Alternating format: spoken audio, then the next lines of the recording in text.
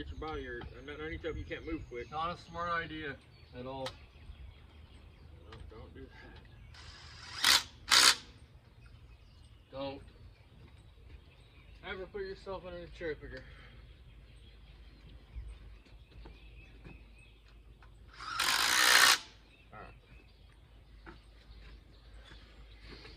Again, don't ever do that. It might be low sitting over there, man. Yeah. It might be low, brother. Never get underneath the cherry picker. Never. Or any engine lift. Or under the engine, or under anything that. Or an engine stand.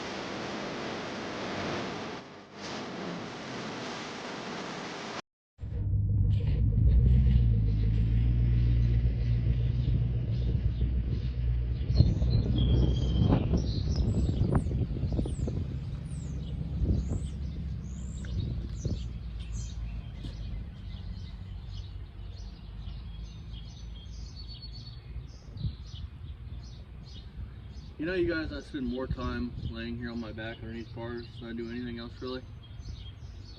Be a mechanic or work on cars, they said. It'll be fun, they said. You'll spend all your time laying in the mud and the weeds and the... So yeah, it's fun. Do this. Plus, if you're into this kind of stuff, chances are you don't have money for drugs or alcohol or really a life at all. So, cars.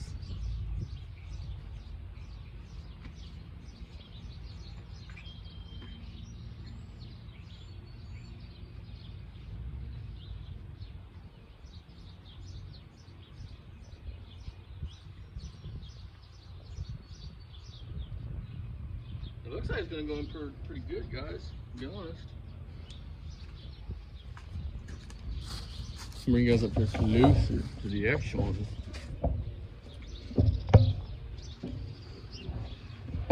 I can bring you closer to the action one.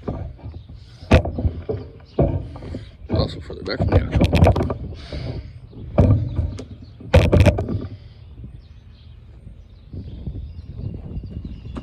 This truck is screaming right now, guys.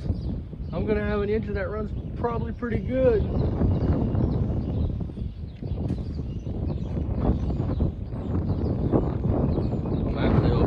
That our Y pipe that would mean I don't have to touch the exhaust at all besides to drill a hole and to put 2 inches into each side.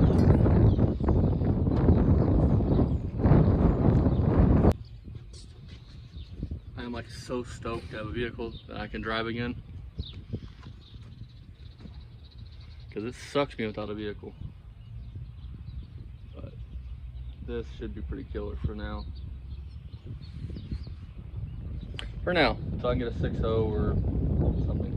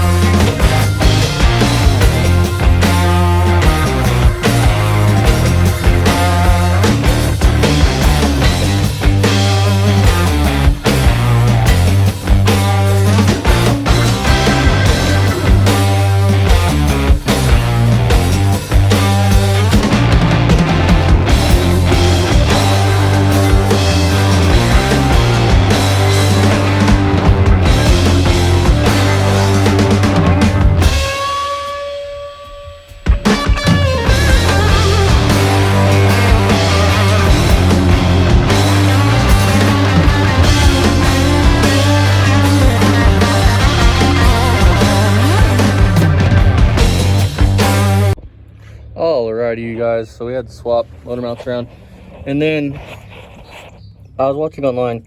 Some guy said that you have to put washers or grind this down. You got something about this could crack this plate. I don't know. Dad watched it. Dad wanted to do it, so that's what we did. I did want to say that these are $15 eBay mounts. You get what you pay for. I got down to the TCI one, but you can't use your, like, drop it again. You can't use your AC stuff because everything hits. So keep that in mind when you're doing this. So that is a future Austin problem. And I could give a fuck less right now about future Austin. Present Austin just wants the engine in the car. Future Austin can get fucked because he can figure that one out. So hopefully I ever stuck in here in a minute. We'll get drug out front. Alrighty, guys, you guys are doing the swap on an OBS Chevy, especially a 4x4 using the plate and the clamshell. This has to be on the furthest 3 holes on each side. So it's in. Everything appears to be lined up. How many times it took us to figure that one out? Took us like 5 tries. So just pull around in front in a minute and start wiring on it here soon. Alrighty, guys. This is going to be the end of part 1, but I did want to show you guys it in the truck because it didn't get a lot of filming done, really. We ran into a couple issues, so here it is. Motor mounts. A couple of things. We had to, I don't know if you guys can see, there's a bolt right there. You had to grind a little bit on the plate. As you guys can see, the bolt is in. I got a nut and bolt everything. Exhaust is going to be a little bit of a chore, but I'll do that later. Because you got to cut this flange off for the old flange for this side. Because the way it goes on, we'll have to weld in an O2 bung on both sides. So as you guys can see, it went in pretty damn good. Setting in there. Oh yeah, something else that if you're not known for doing LS anything that you might not know, this comes with this tube here, like so. Goes in there, just like that. That looks fucking stupid. I do not like that look. So you pull it out, and you can put that in there. So it's in there, and it's got the 4L60E. It's got the original transfer case. Everything lines up. Drive shafts are still perfect. Crossmember will bolt up exactly the same. Everything should bolt up exactly the same. AC on this side is totally not going to work. Dad thinks that he can fabricate something. I think he's out there. But if he can do it, then we'll use whatever he comes up with. If not, that's a future Austin problem that does not need to be done to run it or drive it. That is a future Austin problem. So if any of you guys know of a relocation kit we can buy to do whatever. But budget LS swap, budget does not allow for that unless we can make something work for free or close to really cheap. Because future Austin, don't worry about that. I could give a fuck less about future Austin right now. He's a dick and he can wait. So gotta get intake. We will be doing, I'll spin you guys around so you guys can see me. I'll go back here in the garage, get one last good look at it. Looks pretty good. I'm looking forward to it. So with that being said, the engine's in it, transmission's in it, transfer case is in it. So this is going to be the end of this part. Next is wiring, which I did find out that we can do this budget computer swap for next to nothing, which is good. So I think I'll have $50 plus what a harness cost, or what we can make our own harness, bench harness, to unlock this using either PC Hammer, Tuner Pro, and there's one other one that I think you can use for free. So what we're gonna do, free is good for this. One more thing, this is the end of the video. Part 1. Part 2 will be a lot of wiring and me finishing up stuff. So stay tuned for that. we got parts. This, never mind that. That says 440. That's for that, which I'm still waiting on a pickup tube to get in stock. Now it says 440. We'll put a 400 decal over that. My awesome friend Jacob gave me this, which he's a good guy. I really appreciate it. He's a good friend of mine. He gave me that to put on this engine. So we'll put a 400 sticker on that, and I'll be mint. But no, we got starter here, remanufactured. If you guys have been stay tuning to our show, you guys know what that is. That's for this Ford. We have head gaskets. So we have plug wires that won't crumble the minute you pick them up. We have points, condenser, spark plugs, and then over here, which I think is really cool, we have this. I threw it out here because I want to show Dad. I know he looked at it. This is a carb kit, carbon rebuild kit, which most of you guys are show you guys why I think it's cool. So this looks like it's a box. It looks like from the 70s or 80s, and judging by the graphics and stuff, I don't know if we can find a date code on it. It can't be that old because look at the sticker. It's got a website, so it just made it look retro, I guess. Ooh, you don't see that very often anymore.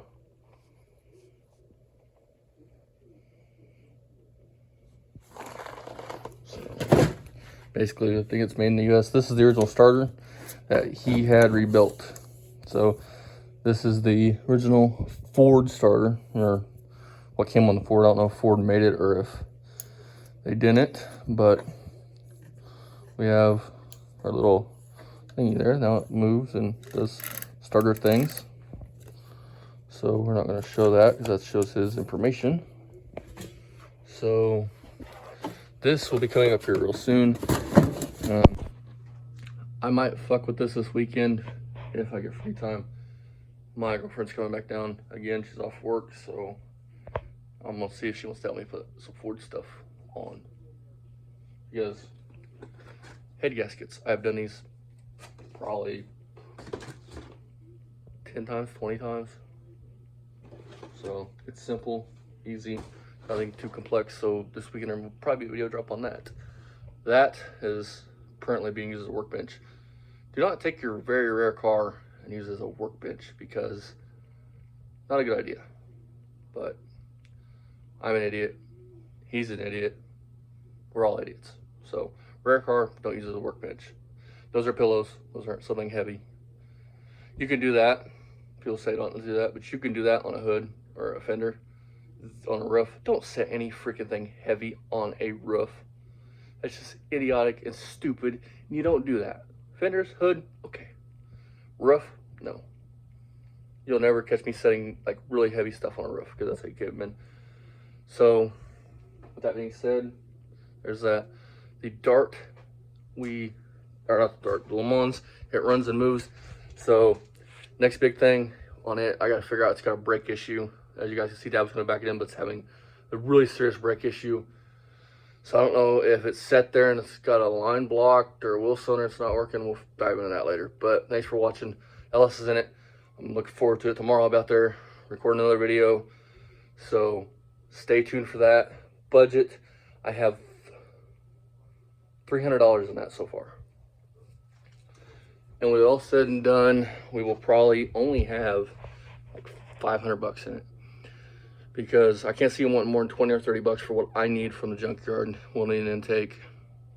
So 50 there, probably 20 there. The thing we're going to use to program the computer is another 50. So we'll have either 500 or 600 bucks in it when it's done. That's not counting rockers and cowboys. That's an extra 150 bucks. We'll have under $1,000 in this total. But I'm just going to do the engine side first, because show you guys what you can do on a budget. I bought that for 250 bucks, really not knowing if it was good. Gentleman told me that it was good, and I believe him, but you may not get as lucky as to find somebody you believe. This guy actually bought parts off of me and told me about the engine. I bought the engine because I need an engine for that truck, so I can be mobile again. I can go get parts, all that. So stay tuned, part 1 of probably 20 parts, knowing our luck. So I hope you guys enjoyed the video. Bye-bye.